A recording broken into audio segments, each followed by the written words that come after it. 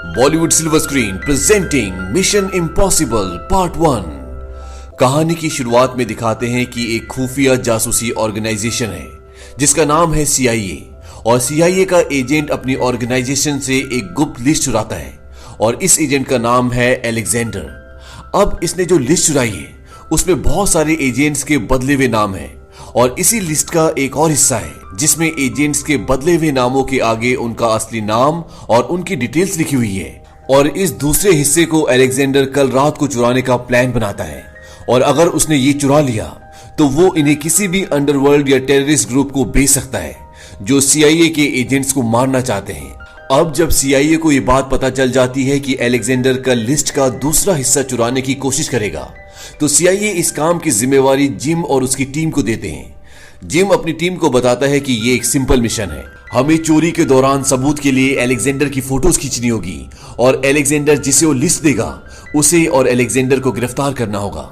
इस मिशन के लिए जिम के साथ जो टीम होती है उसमें होती है क्लेयर जिम की वाइफ ही होती है। इसके अलावा सहरा, जैक, हैना और ईथन हंट इस पूरे मिशन का मार्गदर्शन करेगा जैसे कि वो हमेशा करता है। और इन्हें यह भी बताया जाता है कि अगर तुम्हारी टीम का कोई भी एजेंट पकड़ा गया या मारा गया तो सेक्रेटरी तुम्हारे काम की जिम्मेदारी नहीं लेगा। और वो ऐसा इसलिए बोलते हैं क्योंकि ये सब काम बहुत ही खुफिया तरीके से होते हैं जिनके बारे में आम दुनिया या किसी भी सरकारी विभाग को नहीं पता होता। अब ये सब अपने मिशन पर जाते हैं। जिम इन सब को पास ही के अपने होटल के रूम से गाइड कर रहा होता है क्योंकि इन सब की बॉडी में कैमरास होते हैं जिनसे वो सब कुछ देख रहा होता है। ईथन हंट उस पार्टी में अपना रूप बदलकर शहर की एक ऊंची हस्ती के रूप में गेस्ट बनकर गया होता है। दरअसल इनके पास ऐसा मास्क होता है जिससे ये किसी का भी रूप धारण कर लेते हैं और एक चिप जिसके जरिए इनकी आवाज बिल्कुल उस इंसान की तरह हो जाती है जिसका इन्होंने चेहरा लगाया होता है। पार्टी में सारा पहले से मेहमानों का देखभाल करने के लिए होती है जो बाद में ईथन हंट से एक पहचान वाली की तरह मिलती है और यहाँ से आगे ये दोनों साथ काम करते हैं। हना भी पार्टी में होती है और वो एलेक्जेंडर पर नजर रखती है। क्लेरा बाहर गाड़ी के पास होती है ताकि एलेक्जेंडर जब बाहर आए तो वो उसका पीछा कर सके और जैक लिफ्ट के ऊपर बैठा होता है ताकि ईथन हंट और उसकी साथी जब उस रूम में दाखिल होने की कोशिश करे जहां पर लिस्ट है तो वो इनका कंप्यूटर हैक करके इनके फिंगरप्रिंट्स को उससे मैच कर सके और उस दरवाजे को खोल सके। अब ईथन हंट और उसकी साथी उस कमरे तक पहुंच जाते हैं जहां पर वो कंप्यूटर सिस्टम है जिसके अंदर दूसरी लिस्ट है और वो उस कंप्यूटर सिस्टम के आगे अपना चश्मा रख देता है। इस चश्मे में कैमरे होते हैं और ये ऐसा इसलिए करते हैं ताकि जब एलेक्जेंडर उस लिस्ट को चुरा रहा हो तो ये उसकी रिकॉर्डिंग कर ले और इनके पास सारे सबूत हो। अब ये उस चश्मे को वहां पर रखकर निकल रहे होते हैं लेकिन लिफ्ट का दरवाजा नहीं खुलता क्योंकि जो दोस्त इनका लिफ्ट के ऊपर बैठा होता है वो अब अपने सिस्टम से कंप्यूटर को यानी कि इनके पूरे सिस्टम को ऑपरेट नहीं कर पा रहा होता, यानी कि उसका कंट्रोल छूट चुका होता है। वहीं दूसरी तरफ एलेक्जेंडर भी लिफ्ट में होता है क्योंकि वो इसी कमरे की तरफ आ रहा है क्योंकि उसे इस लिस्ट को चुराना है और वो सब ऐसा इसलिए आराम से कर पा रहा होता है क्योंकि वो भी CIA का एक बहुत बड़ा एजेंट होता है। अब जैसे ही एलेक्जेंडर उस जगह पर पहुंचने वाला होता है जहां पर ईथन और उसकी साथी हैं तभी जिम बाहर से इनके लिफ्ट का दरवाजा खोल देता है और ये उसके अंदर चले जाते हैं और लिफ्ट इनके ऊपर आके रुकती है और इसके बाद एलेक्जेंडर कंप्यूटर से उस दूसरी लिस्ट को चुरा लेता है जो पूरी रिकॉर्ड हो जाती है और जो इन्हें चाहिए होता है अब वो इनके पास है। ईथन अपना मास्क उतार लेता है और बोलता है कि कार तैयार करो क्योंकि इन्हें अब इसका पीछा करना है और ईथन हंट और उसकी साथी वहां से बाहर निकल जाते हैं। ईथन अपने दोस्त जैक को बोलता है कि लिफ्ट का दरवाजा खोलो और उसे बाहर आने दो और जब वो लिफ्ट का दरवाजा खोलने की कोशिश करता है तो लिफ्ट अपने आप ही ऊपर जाना शुरू हो जाती है। जिम बोलता है कि जैक तुम्हें क्या कर रहे हो? जैक बोलता है कि मैं कुछ भी नहीं कर रहा। जिम बोलता है कि मेरे हाथ में अब कंट्रोल नहीं है, जल्दी से बिजली काट दो क्योंकि लिफ्ट ऊपर जा रही होती है और ऊपर लोहे की लंबी लंबी सलाखें होती है ताकि लिफ्ट के ऊपर कोई बैठ ना सके और जैक उस तार को काट देता है जिससे लिफ्ट का कनेक्शन होता है लेकिन लिफ्ट नहीं रुकती और इस हादसे में जैक की मौत हो जाती है। इस बात से ईथन और उसकी पूरी टीम को बहुत दुख होता है और अब एलेक्जेंडर उस लिस्ट को वहां से लेकर बाहर निकल चुका होता है और ईथन और उसकी साथी उसे देख रही होती हैं। जिम बोलता है कि सब वहीं रुको, मैं भी आ रहा हूं और जब जिम उनकी तरफ आ रहा होता है तो जिम बोलता है कि लगता है कोई पीछा कर रहा है, सब भाग लो।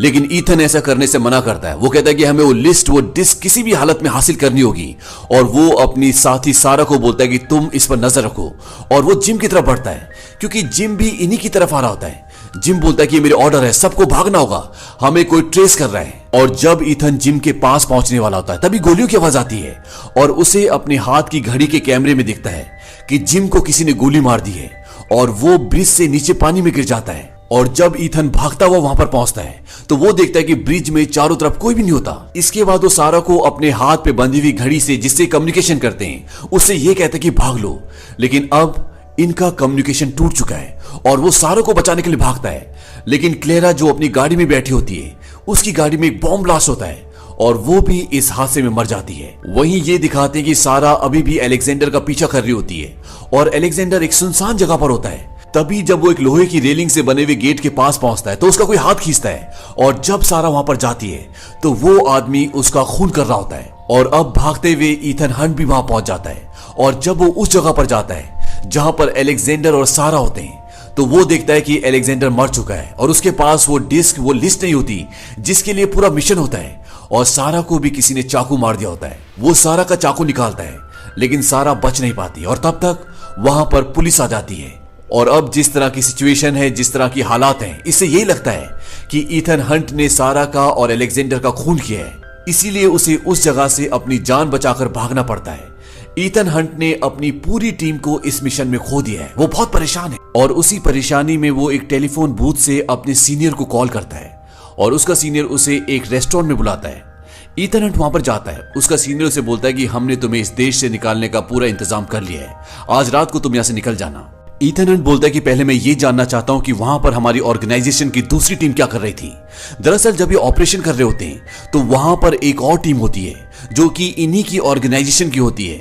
उसका बॉस बोलता है कि पिछले 2 सालों से हम जितने भी ऑपरेशंस कर रहे हैं उन सब में कुछ ना कुछ गड़बड़ हो रही है। इसका मतलब है घुसपैठिया हमारे बीच में है। कुछ दिन पहले हमने इंटरनेट से एक मैसेज डिकोड किया जिसको भेजने वाले का नाम है मैक्स और ये हथियारों का सौदागर है। मैक्स के अंदर 2 खूबियां हैं, एक वो हमेशा गुमनाम रहता है और दूसरा वो कमजोर एजेंट्स को खरीद लेता है। इस बार उसने किसी कमजोर एजेंट को खरीद लिया ताकि वो गुप्त लिस्ट को हासिल कर सके। और अलेक्जेंडर हमारा अपना ही आदमी था और जिस लिस्ट को, जिस डिटेल को उसने उस कंप्यूटर से चुराया था वो सब नकली थी और असली डिटेल्स लेगनी में पूरी तरह से सुरक्षित है।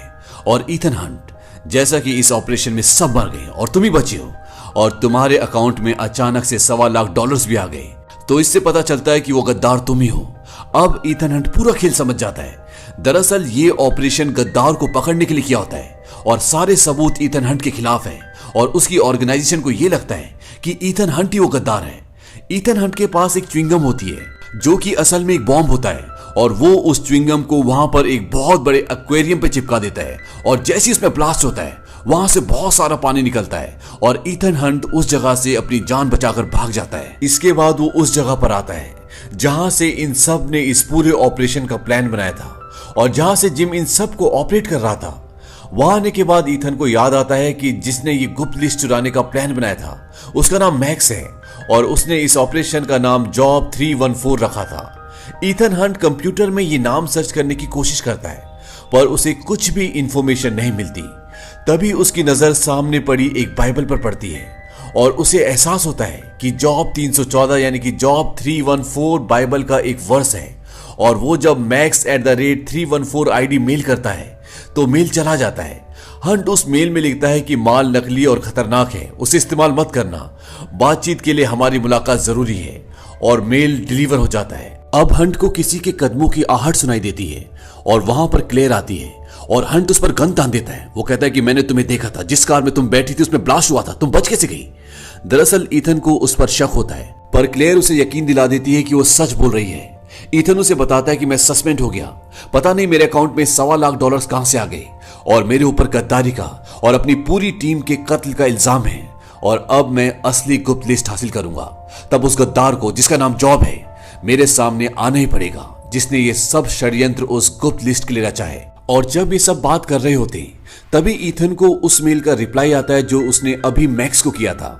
उसमें एक जगह का पता होता है और उसे वहां आने के लिए बोला होता है। ईथन उस जगह पहुंच जाता है और वहां से एक गाड़ी में उसे बिठाकर मैक्स के पास ले जाया जाता है। मैक्स एक लेडी होती है और ईथन उसे बताता है कि जो लिस्ट की डिस्क उसके पास है वो नकली है और उसमें एक ट्रैकिंग डिवाइस भी लगा हुआ है। जैसे तुम उसे अपने सिस्टम में डालोगे यहां पर पुलिस आ जाएगी और तुम सबको पकड़ लेगी। ईथन हंट मैक्स से कहता है कि मुझे $1.5 लाख चाहिए बदले में मैं तुम्हें असली लिस्ट ला कर दूंगा। मैक्स पूछती है कि तुम्हें सब कैसे पता, क्या तुम एक एजेंट हो? ईथन कहता है कि हाँ, पर अब मुझे निकाल दिया गया है। मैक्स पूछती क्यों? ईथन बोलता है कि यही मैं उस जॉब से जानना चाहता हूं कि उसने ऐसा क्यों किया। मैक्स कहते हैं कि मैंने उसे नहीं देखा, नहीं उसने मुझे देखा है। ईथन कहता है कि पर मैं जानता हूं कि तुम मुझे उससे मिलवा सकती हो। पर मैक्स को ईथन की बातों पर यकीन नहीं आता और ईथन के मना करने के बाद भी वो गुप्त लिस्ट वाली डिस्क सिस्टम में डालती है और ईथन की बात सच निकलती है। नीचे पुलिस और ईथन का वो सीनियर ऑफिसर जिसका नाम कीट्रिज है, जिसने ईथन को पकड़ने के लिए उसे रेस्टोरेंट में बुलाया था, वो वहां पहुंच जाते हैं। पर इससे पहले कि वो इन्हें पकड़ते, ये सब वहां से निकल चुके होते हैं और अब ईथन और मैक्स के बीच में एक सौदा होता है कि ईथन उसे असली लिस्ट लाकर देगा और जब ये सौदा होगा तो जॉब भी वहां पर मौजूद होगा और इसके बाद ईथन को $1,00,000 भी दिए जाएंगे। ईथन को पैसों से कोई मतलब नहीं होता, बस वो जॉब को पकड़ना चाहता है, जिसकी वजह से उसकी पूरी टीम की जान चली गई, जिसकी वजह से उसे गद्दार करार दिया गया। ईथन वापस जाकर क्लेयर के साथ मिलकर असली लिस्ट को चोरी करने का प्लान बनाता है। क्लेयर कहते कि जिम मेरा पति था और मैं उसे नहीं छोड़ूंगी जिसने उसे मारा है। और ये दोनों दो लोगों को अपनी टीम में चुनते हैं, एक लूथर जो कि सिस्टम को हैक करने में माहिर होता है और दूसरा क्रीगर। ईथन उन्हें बताता है कि हमें कुछ चुराना है जिसके बदले हमें $1,00,000 मिलेंगे। वो पूछते कहां से? ईथन उन्हें बताता कि CIA हेडक्वार्टर से जो लैंगली में है। ये नाम सुनकर वो दोनों हैरान हो जाते हैं क्योंकि यहां से कुछ भी चुराना नामुमकिन है। पर ईथन के कहने पर वो दोनों मान जाते हैं क्योंकि इसमें पैसे बहुत ज्यादा होते हैं। ईथन उन्हें बताता है कि जिस कंप्यूटर से हमें वो लिस्ट चुरानी है वो बहुत ही सुरक्षित जगह पर है, वहां सिर्फ एक ही आदमी जा सकता है और उसे भी कई सिक्योरिटी चेक से होकर गुजरना पड़ता है। और जहां पर कंप्यूटर है वहां पर 3 ऐसे सिस्टम हैं जिससे हमें बचना होगा, नहीं तो वहां पे अलार्म बज जाएगा। पहला, हम वहां पर जरा सी भी आवाज नहीं कर सकते। दूसरा, अगर वहां किसी अनजान आदमी की शरीर की गर्मी से टेम्परेचर 1 डिग्री भी बढ़ता है तो अलार्म बजना शुरू हो जाएगा। तीसरा सिस्टम फर्श पर है, वहां जरा सा भी वजन बढ़ा तो कंप्यूटर अपने आप लॉक हो जाएगा और अलार्म बजना शुरू हो जाएगा और वहां पे सिक्योरिटी आ जाएगी। पर वहां ऊपर एक एयर कंडीशनर डक्ट है जहां से हवा आती है, लेकिन वहां पर लेजर लाइट्स का जाल बिछा हुआ है। वो लूथर को कहता है कि तुम्हें कंप्यूटर को हैक करके उन लाइट्स को ऑफ करना होगा क्योंकि हमारे पास सिर्फ एक वही रास्ता है जहां से हम अंदर जाके उस खुफिया डिस्क को चुरा सकते हैं। और अब लूथर को छोड़कर ये तीनों के तीनों CIA के ऑफिस के अंदर चले जाते हैं क्योंकि लूथर बाहर से उनके सिस्टम को हैक कर रहा होता है। लूथर उनके सिस्टम को हैक करके उसमें ये शो करता है कि वहां पर आग लगी है और ईथन, क्लेयर और इनका तीसरा साथी क्रीगर बिल्डिंग के अंदर चले जाते हैं। और अंदर जाने के बाद जो आदमी उस कमरे में जा सकता है जहां से इन्हें वो खुफिया डेटा चुराना है, उस आदमी की चाय में क्लेयर ऐसी दवा मिला देती है कि जैसे वो उस कमरे में जाने वाला होता है जहां पर वो कंप्यूटर है तो उसकी तबीयत खराब हो जाती है। वो कई बार कोशिश करता है पर वो जा नहीं पाता और ईथन उस कंप्यूटर से वो खुफिया फाइल चुराने में कामयाब हो जाता है। और जब फाइनली वो आदमी जिसकी तबीयत खराब हो गई थी, जब वो उस कमरे में पहुंचता है तो वो देखता है कि वहां पर एक चाकू गड़ा होता है। दरअसल क्रीगर के हाथ से चाकू छूट गया था और जब वो कंप्यूटर में चेक करता है तो उसमें लिखा हुआ आता है कि सिस्टम से फाइल कॉपी की गई है। अब ये बात CIA को पता चल जाती है कि ईथन ने वो खुफिया फाइल चुरा ली और ईथन का सीनियर ऑफिसर कीट्रेज ईथन की मॉम और अंकल को झूठे ड्रग्स के आरोप में अरेस्ट कर लेता है और इस न्यूज को टीवी पर फ्लैश करवा देता है ताकि ईथन उसे कॉल करे। और ईथन उसे कॉल करता है और उससे बात करता है। उसको उसकी कॉल से पता चल जाता है कि ईथन इंग्लैंड में है और जब वो कीट्रेज से बात कर रहा होता है तभी वहां पर जिम आ जाता है। ईथन बोलता है क्या तुम जिंदा हो? जिम कहता है हाँ, मैं जब अपने ठिकाने पर पहुंचा तो तुम वहां से निकल चुके थे और जब तुम इंग्लैंड पहुंचे तो मुझे पता चल गया। जिम ईथन हंट को बोलता है कि मैंने गोली चलाने वाले गद्दार को देखा था, वो कीट्रेज था। ईथन बोलता है अच्छा वो कीट्रेज था? जिम बोलता है हाँ, और अब हम उसे नहीं छोड़ेंगे क्योंकि उसने हमारे सारे साथियों को मारा है। अब ये मैक्स के साथ एक मीटिंग रखते हैं जहां ईथन उसे गुप्त लिस्ट का पूरा डेटा और वो उसे $1,00,000 और जॉब को सौंपेगी और वो ये डील एक ट्रेन में करने का फैसला करते हैं। ईथन ट्रेन की 2 टिकट्स कीट्रेज के लिए भी भिजवाता है और अब ट्रेन में Ethan, Claire, Max, Jim, Luther और कीट्रेज होते हैं। पर ईथन का चौथा साथी क्रीगर वहां नहीं होता क्योंकि उसे हेलीकॉप्टर लेकर वहां पर काम खत्म होने के बाद पहुंचना होता है ताकि ये सब वहां से सुरक्षित निकल सके। ट्रेन में ईथन मैक्स को कॉल करता है और उसे बताता है कि डिस्क तुम्हारी सीट के नीचे है और मैक्स को वो खुफिया डिस्क मिल जाती है और मैक्स उसे बताती है कि तुम्हारे $1,00,000 लगेज कंपार्टमेंट में है और तुम्हें जॉब भी वहीं मिलेगा। और मैक्स जॉब को भी कॉल करके बताते कि ईथन लगेज कंपार्टमेंट में आ रहा है। अब ईथन क्लेयर को फोन करता है और उसे बताता है कि पैसे लगेज कंपार्टमेंट में है, मैं वहीं जा रहा हूं, तुम मुझे वहीं मिलना। वहीं मैक्स को जो खुफिया डेटा ईथन ने दिया है उसे वो मेल करने की कई बार कोशिश करती है, पर वहीं लूथर भी बैठा होता है जो वहां के सारे नेटवर्क को हैक कर देता है, जिसकी वजह से फाइल सेंड नहीं हो रही होती। वहीं दूसरी तरफ क्लेयर जब उस लगेज कंपार्टमेंट में पहुंचती है तो वहां पर उसका पति जिम होता है और वो उसे बोलते क्या ईथन को मारना जरूरी है, हम पैसे ले लेते हैं और इल्जाम ईथन पर आएगा। पर जिसे क्लेयर जिम समझ रही होती है वो ईथन हंट होता है जिसने जिम का मास्क पहना हुआ होता है। वो अपना मास्क उतारता है और क्लेयर उसे देखकर हैरान हो जाती है क्योंकि अब सारा सच सामने आ चुका है, पर्दाफाश हो चुका है। तभी वहां पर जिम आ जाता है और वो ईथन को गन पॉइंट पे ले लेता है। क्लेयर ईथन से पूछती है क्या तुम्हें सब कुछ पहले से पता था? जिम कहता है कि हाँ, इसे सब कुछ पहले से पता था, पर कैसे? ईथन बताता है कि जिस होटल रूम में हम सब ने ये प्लान बनाया था वहां पर जो बाइबल थी उस पर ड्रेक होटल शिकागो का स्टैंप लगा था और ये वो होटल था जहां पर तुमने स्टे किया था जिम, यानी कि वो बाइबल तुम वहां से लेकर आए थे। और जॉब हमेशा मैक्स से बाइबल की भाषा में बात करता था, इसीलिए मैं समझ गया कि तुम ही वो गद्दार हो जिसने ये पूरा षड्यंत्र बनाया है। ईथन ये भी समझ गया होता है कि जिम पुल पर अकेला ही था और उसने हवा में गोलियां चलाई थी और जो उसके हाथों में खून था वो सिर्फ एक लाल रंग था। और लिफ्ट के ऊपर जो इनका साथी था, जिम ने जानबूझकर लिफ्ट को रुकने नहीं दिया और उसकी जान चली गई क्योंकि जिम ही पूरे सिस्टम को ऑपरेट कर रहा था। और उस वक्त जिम ने यह बोला था कि सिस्टम अब मेरे कंट्रोल में नहीं है, जो कि एक झूठ था। और सीआईए का वो एजेंट जिसका नाम अलेक्जेंडर है, जिसने सबसे पहले वो नकली लिस्ट चुराई थी, उसका खून और इनके साथी सेरा का खून क्रीगर ने किया होता है क्योंकि उसकी बॉडी में जो चाकू था वो बिल्कुल वैसी चाकू था जो क्रीगर हमेशा अपने पास रखता है। और क्योंकि क्रीगर जिम और क्लेयर के साथ मिलकर काम करता है इसीलिए क्लेयर ने उसे अपनी टीम में शामिल किया था। अब यहाँ पर जिम ने जब ईथन हंट को अपनी गन पॉइंट पे रखा होता है तो वो उससे $1,00,000 ले लेते हैं। ईथन बोलता है कि क्लेयर ने गलती की जिम, और वो अपने हाथ के बाजू से एक चश्मा निकालता है और उसे पहन लेता है। दरअसल ये चश्मा एक कैमरा होता है और इसका जो मॉनिटर होता है वो कीट्रेस के पास होता है।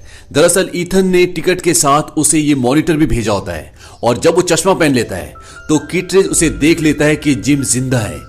अभी तक सबको ये लगता था कि जिम मर चुका है और जिम का ये प्लान होता है कि वो $1,00,000 लेके यहाँ से चला जाएगा। और अब जिम का पर्दाफाश हो चुका है। वो ईथन को गोली मारने वाला होता है कि तभी उसकी बीवी क्लेयर उसे रोकती है और वो ईथन को गोली ना मारकर अपनी बीवी को गोली मार देता है। इसके बाद ईथन उसकी गन पकड़ लेता है लेकिन जिम उसे पंच मार के गिरा देता है और ट्रेन की छत पर चला जाता है जहां क्रीगर हेलीकॉप्टर लेकर उसे लेने आया होता है क्योंकि ये दोनों आपस में मिले हुए हैं। पर ईथन भी इनका पीछा करता है और इसके बाद ट्रेन एक टनल में चली जाती है और क्रीगर हेलीकॉप्टर लेके टनल के अंदर आ जाता है और जिम किसी तरह से हेलीकॉप्टर पकड़ लेता है। पर ईथन हंट भी जंप करके उनके हेलीकॉप्टर को पकड़ लेता है और उसके पास जो च्युइंगम होती है जो एक तरह का बॉम्ब है वो उसे उनके हेलीकॉप्टर के शीशे पे यानी कि फ्रंट मिरर पे चिपका देता है और इसके बाद एक ब्लास्ट होता है। ब्लास्ट के प्रेशर से ईथन हंट ट्रेन के ऊपर जाके गिरता है पर जिम और क्रीगर नहीं बचते, उनकी मौत हो जाती है। वहीं ट्रेन में कीट्रेस लूथर की मदद से मैक्स को पकड़ लेता है और उससे वो खुफिया लिस्ट भी हासिल कर लेता है और अब ईथन हंट के ऊपर जितने भी आरोप लगे थे वो उन सब से बरी हो जाता है और उसके मॉम और अंकल को भी छोड़ दिया जाता है और उन्हें सरकार की तरफ से बहुत मान सम्मान दिया जाता है और इसी के साथ ये फिल्म खत्म हो जाती है। ये फिल्म सन 1996 में रिलीज हुई थी और ये टॉम क्रूज की जिंदगी की, उनके करियर की एक बहुत ही इंपॉर्टेंट मूवी थी क्योंकि इस फिल्म के बाद उन्हें उनके करियर में बहुत बूस्ट मिला था।